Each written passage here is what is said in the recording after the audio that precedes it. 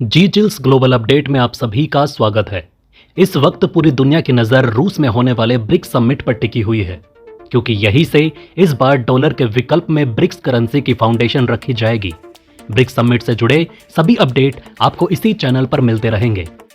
लेकिन मीटिंग शुरू होने से पहले ही रूस ने ऐसे ऐसे ऐलान कर दिए जिसे देखकर यूनाइटेड नेशन और अमेरिका के होश उड़े हुए हैं।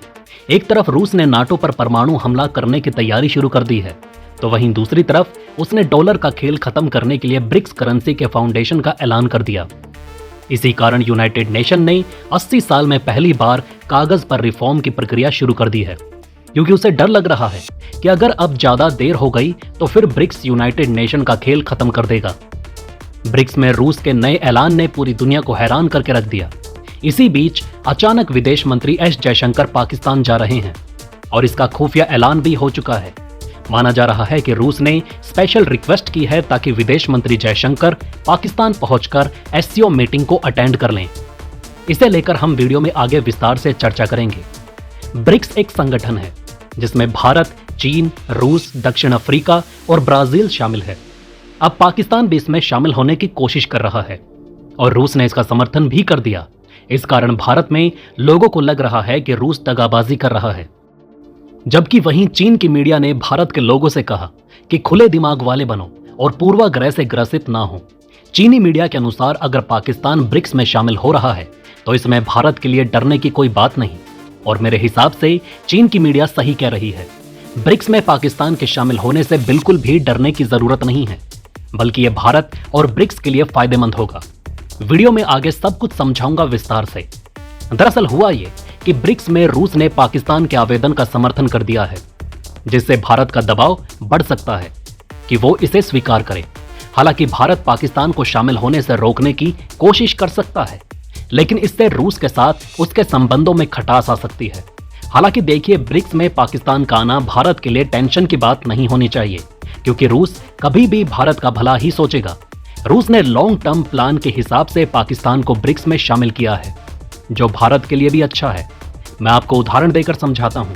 अगर भविष्य में ब्रिक्स एक मजबूत वैश्विक संगठन बनता है जो संयुक्त राष्ट्र की तरह प्रभावशाली हो जाता है, तो इसमें जितने ज्यादा देश शामिल होंगे उतना ही इसका प्रभाव बढ़ेगा। कई विशेषज्ञों ने इस बात से सहमति जताई कि ब्रिक्स बेहद पावरफुल होने जा रहा है, जो भविष्य में यूनाइटेड नेशन को चुनौती दे सकता है। इसी कारण इस संगठन में ज्यादा से ज्यादा देश जुड़ना चाह रहे हैं। अगर ब्रिक्स में पाकिस्तान जैसे और देश जुड़ते हैं तो यह संगठन और मजबूत होगा। इससे ब्रिक्स को एक बड़ा अंतर्राष्ट्रीय मंच बनाने में मदद मिलेगी, जो पश्चिमी देशों के दबदबे वाले संयुक्त राष्ट्र का विकल्प बन सकता है, क्योंकि संयुक्त राष्ट्र में विकासशील देशों की आवाज अक्सर दबा दी जाती है। ब्रिक्स के माध्यम से दुनिया अमेरिका और उसके डॉलर को भी चुनौती दे सकती है, इसलिए ब्रिक्स का मजबूत होना बेहद जरूरी है। ये भारत के आर्थिक तरक्की और इंडियन रुपए को ग्लोबल करेंसी बनाने में भी महत्वपूर्ण है। अगर ब्रिक्स मजबूत होगा तो इससे भारत को भी एक मजबूत स्थिति मिलेगी, क्योंकि वो इस संगठन का संस्थापक सदस्य है। अगर भविष्य में ब्रिक्स संयुक्त राष्ट्र की तरह एक महत्वपूर्ण भूमिका निभाता है तो भारत को यहाँ वीटो पावर मिल सकती है, जैसे संयुक्त राष्ट्र में कुछ देशों के पास होती है। मेरे हिसाब से भारत का फोकस इस बात पर नहीं होना चाहिए कि पाकिस्तान अंदर आया या नहीं, बल्कि हमारा फोकस इस पर होना चाहिए कि ब्रिक्स में भारत को वीटो पावर कैसे मिले। हालांकि देखिए, शॉर्ट टर्म में ब्रिक्स के अंदर पाकिस्तान के आने से हमें कुछ प्रॉब्लम दिख रही है। इस मंच का इस्तेमाल करके पाकिस्तान भारत के खिलाफ हमले कर सकता है। ब्रिक्स में पहले से ही चीन का प्रभाव काफी मजबूत है, क्योंकि ये सबसे बड़ी अर्थव्यवस्था वाला देश है। अगर पाकिस्तान ब्रिक्स में शामिल होता है तो चीन के पास एक और सहयोगी होगा, जैसा कि एससीओ में है। चीन और पाकिस्तान के बीच पहले से ही गहरे राजनीतिक और सैन्य संबंध हैं। लेकिन देखिए, यह सब शॉर्ट टर्म प्रॉब्लम होगा। लॉन्ग टर्म में ब्रिक्स का मजबूत होना भारत के लिए जरूरी है, क्योंकि हमें यूनाइटेड नेशन से टकराना है। आपने हाल ही में देखा होगा, तुर्की ने इस बार यूनाइटेड नेशन के अंदर पाकिस्तान की तरफ से कश्मीर का समर्थन नहीं किया। तुर्की ने अचानक पलटी मार दी। ऐसा इसलिए क्योंकि तुर्की ब्रिक्स में एंट्री चाहता है। अब तुर्की या पाकिस्तान के ब्रिक्स में एंट्री होगी या नहीं होगी, ये बात भारत पर डिपेंड करती है। इसलिए ये सभी देश भारत को मनाने में लगे हुए हैं। आजकल भारत और पाकिस्तान के कंपैरिजन ही नहीं किया जा सकता, तो फिर ब्रिक्स में पाकिस्तान से डरना किस बात का। भारत के सामने पाकिस्तान की अर्थव्यवस्था बहुत ही कमजोर है और ब्रिक्स जैसे बड़े संगठन में उसके पास इतना आर्थिक प्रभाव नहीं होगा कि वो भारत के हितों को नुकसान पहुंचा सके।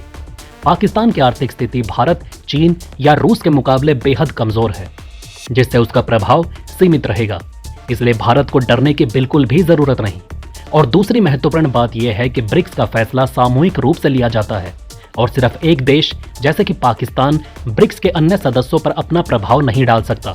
भारत, चीन, रूस, दक्षिण अफ्रीका और ब्राजील जैसे देशों का सामूहिक निर्णय ही प्रमुख होता है। ब्रिक्स में रूस पाकिस्तान को इसलिए समर्थन दे रहा है क्योंकि उसके अपने हित जुड़े हुए हैं और वो ब्रिक्स को लॉन्ग टर्म में पश्चिमी देशों को चुनौती देने वाला संगठन बना रहा है। वो ब्रिक्स करेंसी पर बात कर रहा है ताकि डॉलर को चुनौती दी जा सके। भारत और रूस ने मिलकर पहले ही कई बार पाकिस्तान की हालत खराब कर दी है, यहां तक कि उसके टुकड़े भी हो चुके हैं। ऐसे में पाकिस्तान से डरने की जरूरत नहीं। रूस और पाकिस्तान ने व्यापार और सांस्कृतिक संबंधों को बढ़ाने के लिए सहमति बनाई है। अब रूस पश्चिम से हटकर पूर्व की तरफ अपना ध्यान और व्यापार बढ़ा रहा है। रूस हमेशा से आतंकवाद के खिलाफ भी रहा है। जानकारी के लिए आपको बता दें कि ब्रिक्स का गठन 2006 में ब्राजील, रूस, भारत और चीन द्वारा किया गया था।